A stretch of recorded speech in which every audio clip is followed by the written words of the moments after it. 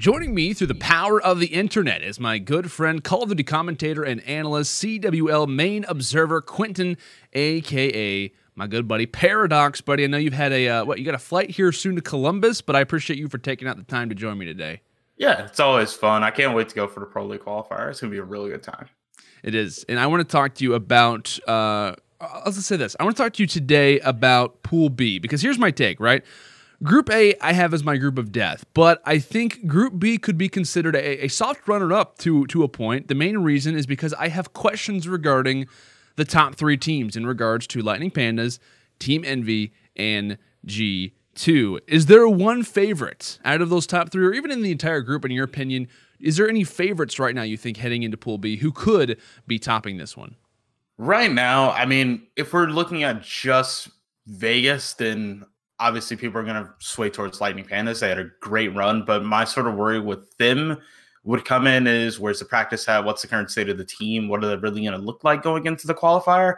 However, I feel like a lot of people, it's like Envy is, if they can actually show up to play and clean the things up from Vegas. Like when it comes to Envy, they're sitting at what they were. I'm not worried about their hard point, right? They were like I think they were like 10-4 in Vegas when it comes to hard point. They look good in the mode. My problem comes in with the search and destroy. They had a lot of game fives. They ended up losing a fair amount of them. And while they still finished about even in search and destroy, it's where those games came in and where those losses came in. That's what I'm worried about. So if anybody can actually clean that up, I think they were sitting about 50% in control as well. I just don't know what I'm going to get from Envy. And it's kind of scary to think that for a guaranteed spot for pretty much the rest of the year, I don't know what the world champions are looking like coming into this when they really need to show up. That's for sure. That's definitely something to be mentioning, and I'm sure something that's probably been on their minds as well as other teams in their group. But kind of getting back on what you said about Lightning Pandas being the #1 seed in the group, you kind of, to a point right after Vegas, you have to consider them to be the favorites. Whether or not that's changed, remains to be seen. But I think much like Pool A, there's a lot of question in Pool B as of this moment. And like I said, I was making a strong case about this in the last segment that I had in regards to Pool A and how I think it's the group of death. And the main reason is because I think Team Sween might be losing their edge. And I say the exact same thing for Lightning Pandas. Obviously for Team Sween in this case, yes, have they been winning 2Ks? Yes, and teams that they faced off against in the 2Ks that are in the Pro League play-in, they're 12-2 in map count in the last 2Ks, which is impressive. Like I said, they've won back-to-back. However, it's about the practice, right? It's about as Allen Iverson would say, right? It's about the practice, the ability to constantly play against teams that are better than you. I don't know if they're getting that right now. Like when we talk about, Lightning Pandas versus Team Sween, who else do they have to scrim who could be better than them? No one. Yeah, I think Macca was saying, like, no one really better, but their main scrim partners are like Heretics, which, I mean, if you look at Pool B, Heretics is right in there with Lightning Pandas, so that's pretty scary, right? Especially when we start to talk about teams that can make upsets.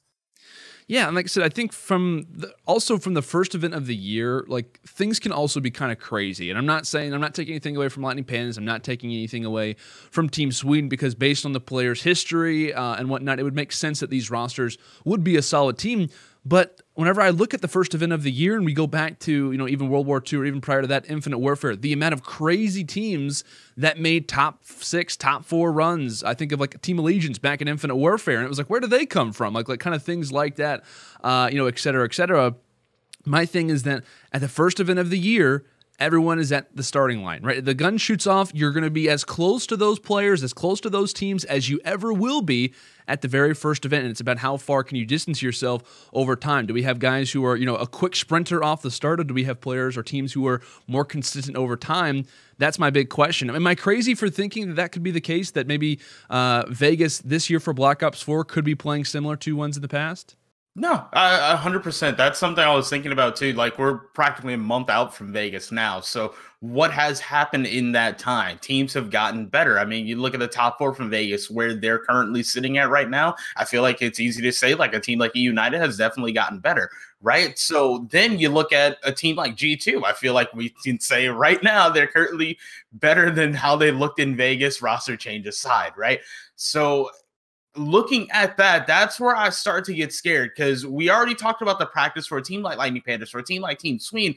Focusing back on Pool B, you have a team like Factor Evolution, a team like Tainted Minds. How's their practice been, especially Tainted Minds? Because Australia had not a very good showing, to put it politely, in Vegas. Yeah, I will say, like, European teams and Australian teams that kind of fill the gaps of the kind of the rounds, right, of Pool B is the reason why I made Pool A my pool of death, because there were NA teams that were kind of mixed up toward the bottom. Enigma 6, to be more specific, in that Seed 7. For me, it's kind of like you kind of have guys who are in the same boat as far as lack of practice, not really having the ability to play against teams that are better. Granted, they could have some really close games versus each other. We could see, like, internal Game 5s, you know, very close Game 4s, etc. But I'm just worried about, you know, the longevity of a lot of these European teams, and as well as obviously APAC teams. But let's move over toward the North American team, right? The world champions plus Huke, we were kind of talking about it a little bit. You kind of almost have to favor them heading into a title. However, I wasn't really that way. Like, I wasn't really stoked about this team on paper leading into the event.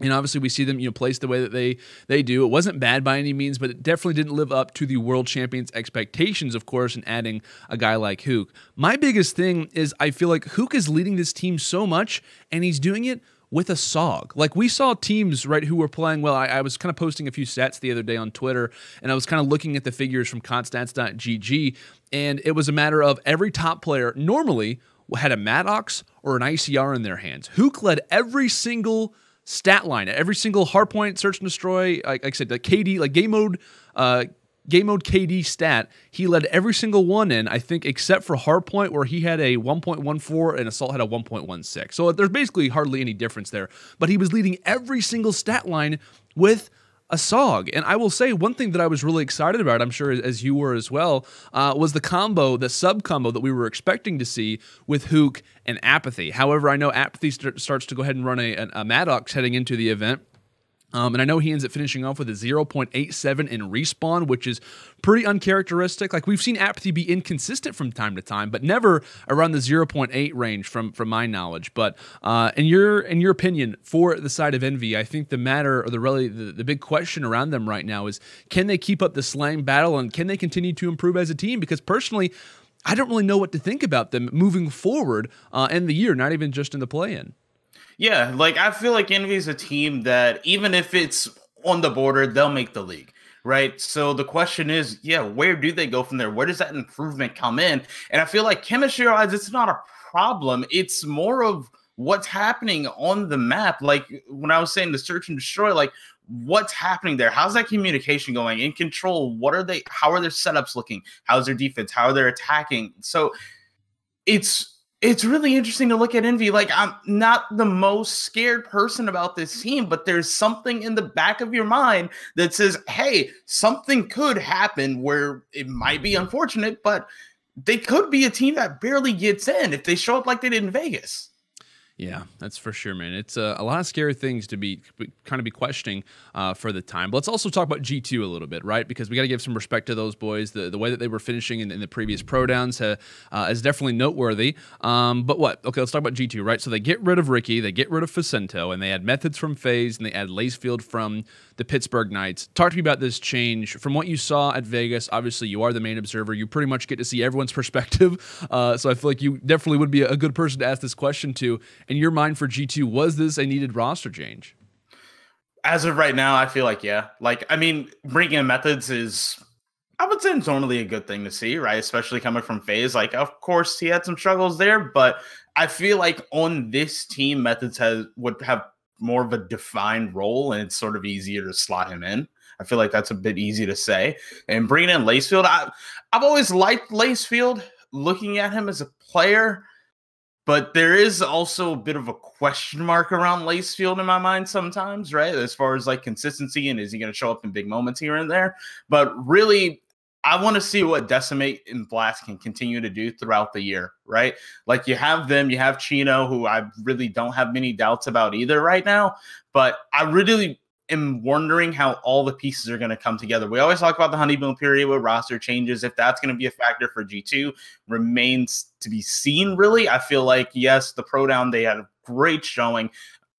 All right in the finals, right? Like, I feel like they put up a good fight, but really, I want to see what they do when they get back on land, when they're together, and how that team forms on the map.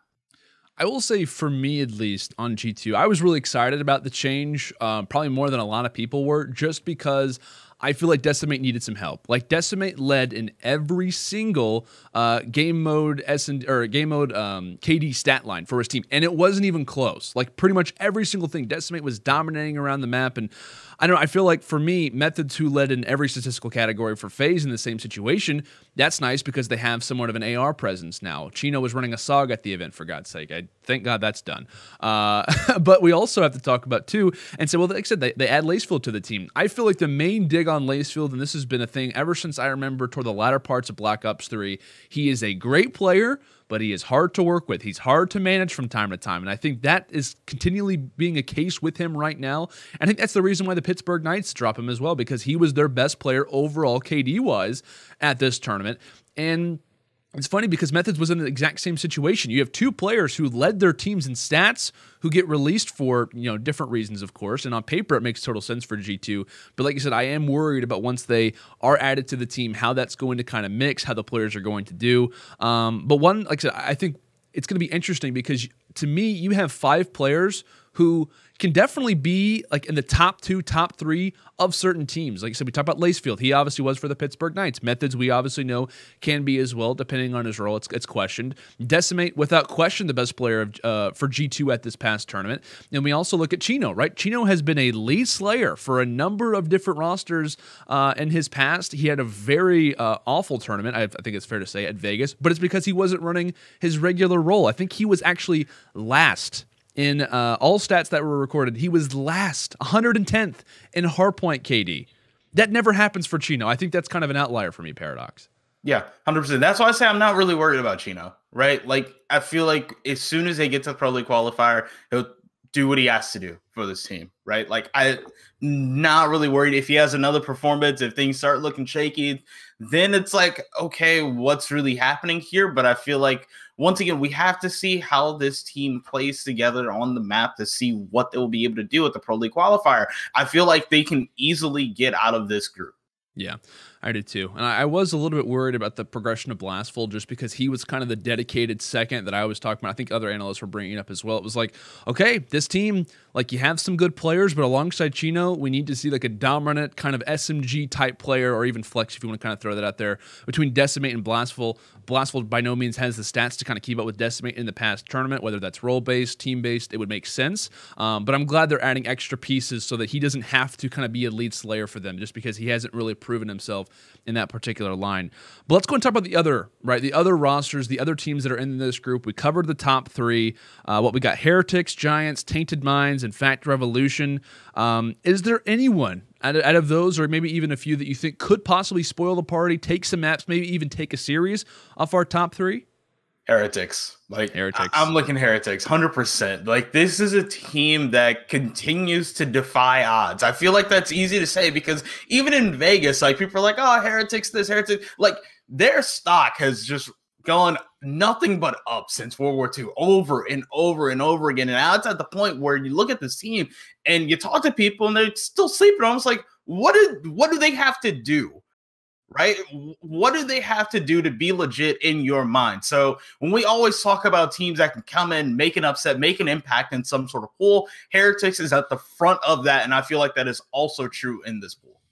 I do too. I mean, when we were watching this team, everyone was like, wow, like, okay, like we're seeing something from these boys on Heretics, and they've been kind of proving themselves through kind of like the open bracket over past titles. Even like last year, they were kind of up in the conversation from time to time. But man, that guy Lucky, he is unbelievable. Medals, Suckery, etc. Those boys were definitely proving themselves. So I definitely agree. I think that could be one of the teams to possibly contend. But real quick, out of we look through the 7 top teams, give me the top 2 teams you think make it out in the original group play. Like, obviously, we'll go to bracket play for the 3rd through 5th seeds, but talk to me top 2. Anyone that you're looking out for in particular? Any maybe definites in your mind? I feel like one definite is, It's hard to say between Lightning Pandas and G2. I'm going to give the edge to G2 just right now based off the roster change on paper, looking at this team and through recent online play. They should be able to get out. I don't know if it'll be 1 or 2, but I feel like G2 will be out of this group. Second between Lightning Pandas and Envy, I'm going to go Lightning Pandas just because I don't – actually, no. I'm going to go with Envy. Because for Lightning Pandas, like we mentioned before, where's that practice at? And since they've primarily played a lot against Heretics, that is where I get scared. You also have a team like Factor Evolution, a bunch of younger guys, hungry, coming over from Europe, who are familiar with that European playstyle. And yes, although it does change once you get towards the top, I've always been someone who puts a lot of weight in inter-region matchups. Right? So I feel like Lightning Pandas will probably go into the bracket. I'm giving Envy and G2, although I know it's NA and I know it's safe. That's what I feel right now.